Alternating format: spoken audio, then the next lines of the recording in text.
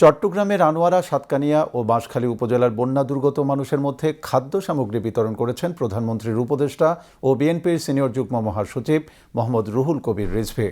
সকালে আনোয়ারা উপজেলার তৈলারদ্বীপ সরকারহাটে বানভাসী ৫০০ মানুষের মাঝে তিনি খাদ্য সামগ্রী বিতরণ করেন। এ সময় রুহুল কবির রিজভী বলেন, সরকার বন্যা দুর্গতদের জন্য পর্যাপ্ত ত্রাণের ব্যবস্থা করেছে। পাশাপাশি বিএনপি এবং অঙ্গ ও সহযোগী সংগঠনের নেতাকর্মীরা বন্যা দুর্গতদের সহায়তা করছেন। তিনি বিগত আওয়ামী লীগ সরকারের সমালোচনা করে বলেন, দেশে উন্নয়নের নামে অপরিকল্পিত অবকাঠামো গড়া হয়েছে, পরিবেশের স্বাভাবিক অবস্থা বিঘ্নিত হয়েছে। এরকম তথাকথিত উন্নয়নের নামে লক্ষ লক্ষ কোটি কোটি টাকা পাচার করা হয়েছে। এ সময় ত্রাণ বিতরণ কার্যক্রমে অংশ নেন ভূমি ও পার্বত্য চট্টগ্রাম বিষয়ক প্রতিমন্ত্রী ব্যারিস্টার মীর মোহাম্মদ হেলাল উদ্দিন। প্রতিমন্ত্রী বলেন, বানভাসী মানুষকে খাদ্য সহায়তার পাশাপাশি প্রয়োজনীয় ঔষধ ও পুষ্টি জাতীয় খাদ্যপণ্য সরবরাহ করা হচ্ছে।